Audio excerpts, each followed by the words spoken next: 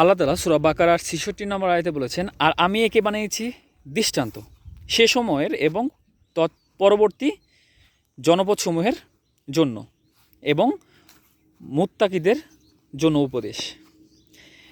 এই আয়াতের ব্যাখ্যা হলো, দাউদ আলাইহিস সালাম যখন নদীর ধারে জাবর কিতাব তেলাওয়াত করতেন, শনিবারে করতেন এটা, এবং মাছগুলো যখন কিনারায় চলে আসতো জাবর কিতাব বা তেলাওয়াত শোনার জন্য, তখন আল্লাহ তাআলা নির্দেশ দিলেন যে শনিবারে মাছ ধরা যাবে না।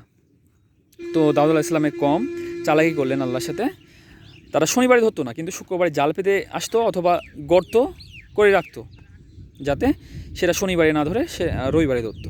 এই চালাকি করার জন্য আল্লাহ তাআলা তাদেরকে বানর বানিয়ে দিয়েছিলেন। সে কারণে আল্লাহ তাআলা সূরা বাকারার ৬৬ নম্বর আয়াতে বলতেছেন, আর আমি একে বানিয়েছি দৃষ্টান্ত, তাদেরকে বানর বানিয়ে দিয়েছে, তাদেরকে বানর বানিয়েছে, এটাকে বানিয়েছে দৃষ্টান্ত সে সময়ের এবং তৎপরবর্তী জনপদসমূহের জন্য এবং মুত্তাকিদের জন্য উপদেশ। সবাইকে বোঝার মতো তৌফিক দান করুক। আল্লাহ হাফেজ।